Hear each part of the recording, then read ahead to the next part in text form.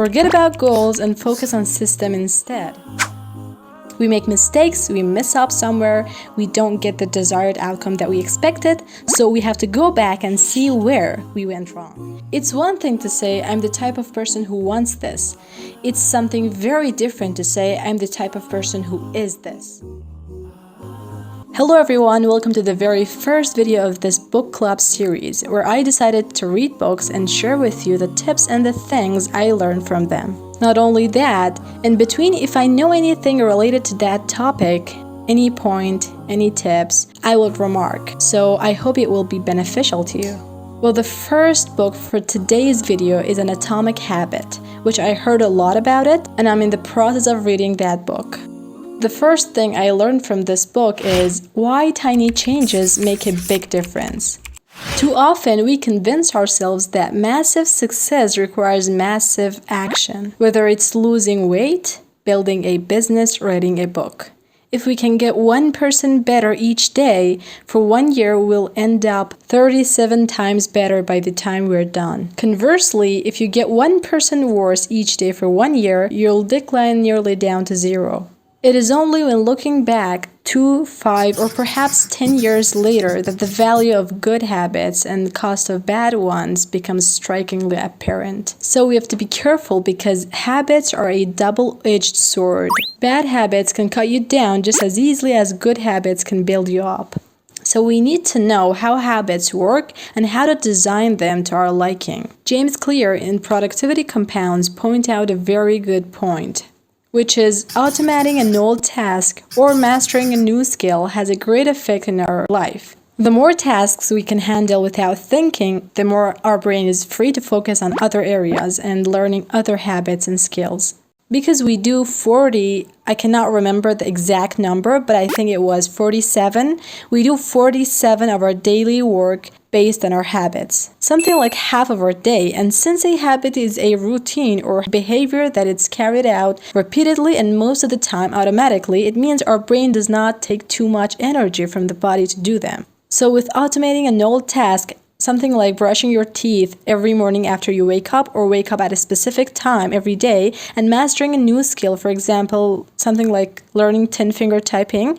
With this, we can save more energy and use it for learning other skills and other tasks. Forget about goals and focus on system instead. The best way to achieve what we want in life, getting into better shape, building a successful business, is to set specific actionable goals. Goals are about results we want to achieve or we hope to reach. Systems are about the processes and mechanisms that lead us to those results. Briefly, goals are good for establishing a direction, but systems are best for making progress. So if you're having trouble changing your habits, the problem isn't you, the problem is your system. Bad habits repeat themselves again and again, not because you don't want to change, but because you have the wrong system and mechanism for change. And now, before we continue, I want you to share with us if you read this book or what techniques you use to make something for yourself a habit.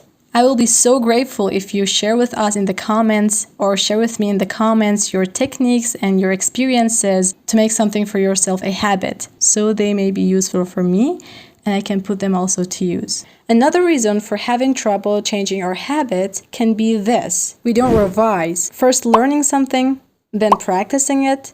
The next step is action and then revision. We make mistakes, we mess up somewhere, we don't get the desired outcome that we expected, so we have to go back and see where we went wrong. Goals restrict your happiness. First, let's see what he says in this book, and then we're going to talk about it in detail.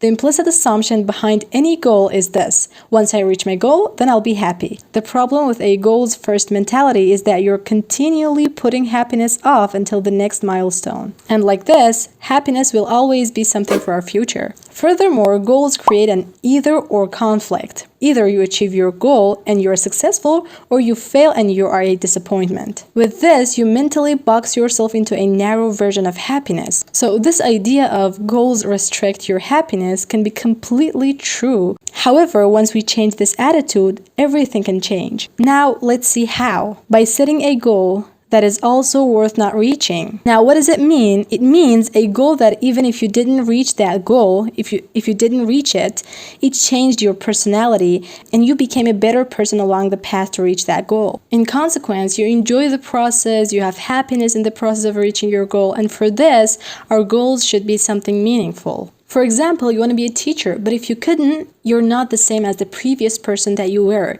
You learned a lot of new skills like art of expression and speech, confidence in public speaking, teaching others, and so on. Well, there are 3 layers of behavior change: changing outcome, process, and identity. The first is changing outcomes. This level is concerned with changing our results. For instance, losing weight or publishing a book. Most of the goals we set are associated with this one. The second one is changing our process. This level concerned with changing your habits and systems, like implementing a new routine at the gym or developing a meditation practice. Most of the habits you build are associated with this level. The third and deepest layer is changing your identity. This level is concerned with changing your beliefs, your self-image, your judgments about yourself and others. Most of the beliefs, assumptions, and bases you hold are associated with this level. Outcomes are about what you get, processes are about what you do, and identity is about what you believe. It's one thing to say, I'm the type of person who wants this. It's something very different to say, I'm the type of person who is this. The second statement is when a habit becomes part of your identity.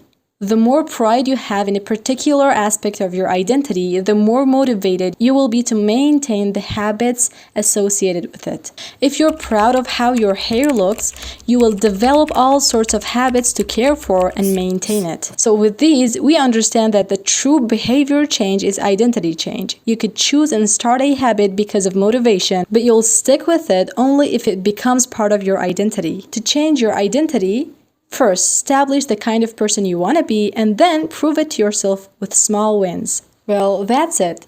This book will have the next part where we're going to talk about how habits work, how to create habits, how to break bad habits, how to enjoy hard habits, and the time it takes to form habits. So wait for the second part of the Atomic Habits book. Thank you so much for watching this video. Bye-bye.